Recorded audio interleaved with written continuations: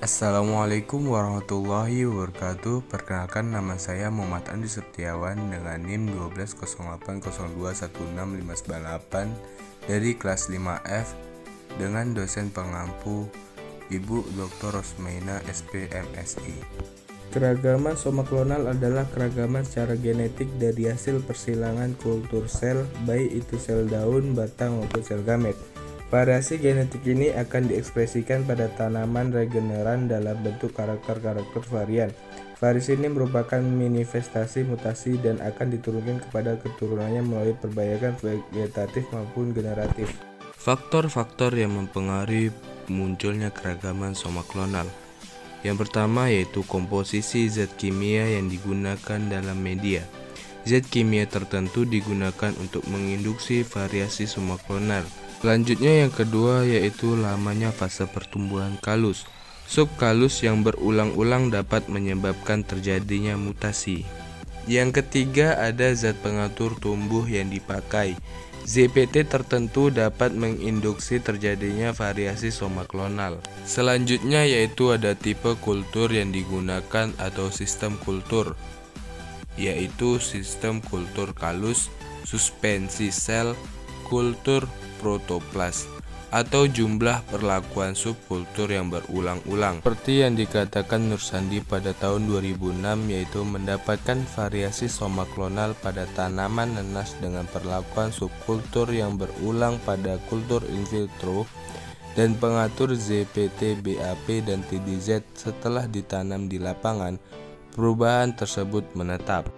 Yang kelima ada genotif induk, yaitu homozigot atau heterozigot, dapat memungkinkan terjadinya benang-benang kromosom yang abnormal. Selanjutnya ada sumber eksplan. Keragaman pada eksplan dapat disebabkan adanya sel-sel yang bermuatan atau adanya polisomik dari jaringan tertentu.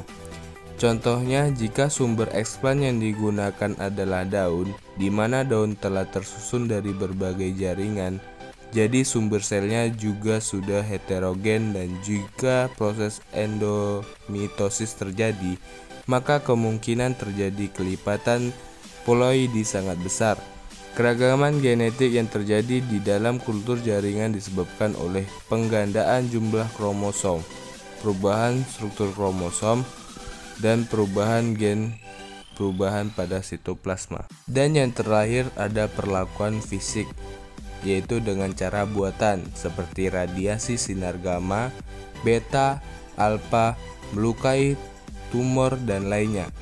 Penelitian telah dilakukan yaitu seperti peningkatan variasi genetik tanaman manggis dengan induksi radiasi sinar gamma, induksi variasi genetik tanaman manggis dengan radiasi sinar gamma yang meliputi respon pertumbuhan, perubahan morfologi, perubahan histologi, analisis perubahan genetik dengan marka isozim.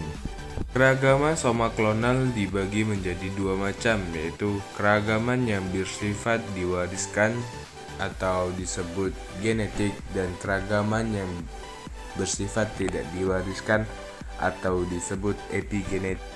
Keragaman genetik dapat dikendalikan, mempunyai sifat yang lebih stabil, sedangkan keragaman yang dikendalikan secara epigenetik akan menghilang. Keunggulan keragaman somaklonal. Walaupun hasil dari keragaman somaklonal tidak bisa diperkirakan, keragaman somaklonal dinilai masih punya kelebihan. Yang pertama, secara ekonomi. Penggunaan keragaman somaklonal lebih murah dibandingkan hibridisasi atau transformasi gen. Yang kedua, keragaman somaklonal menggunakan beragam spesies tanaman daripada transformasi genetik. Yang ketiga, keragaman somaklonal tidak memerlukan identifikasi sifat genetik, sedangkan pada teknik lain diperlukan identifikasi sifat untuk mengisolasi gen. Yang keempat yaitu banyak variasi yang telah dibentuk dari keragaman somaklonal. Frekuensi dan distribusi kombinasi genetik bisa diubah.